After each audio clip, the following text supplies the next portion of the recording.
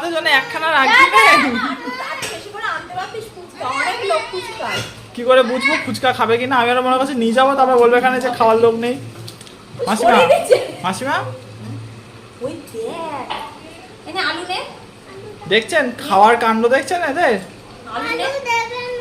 কেন আলু দেবে না কেন?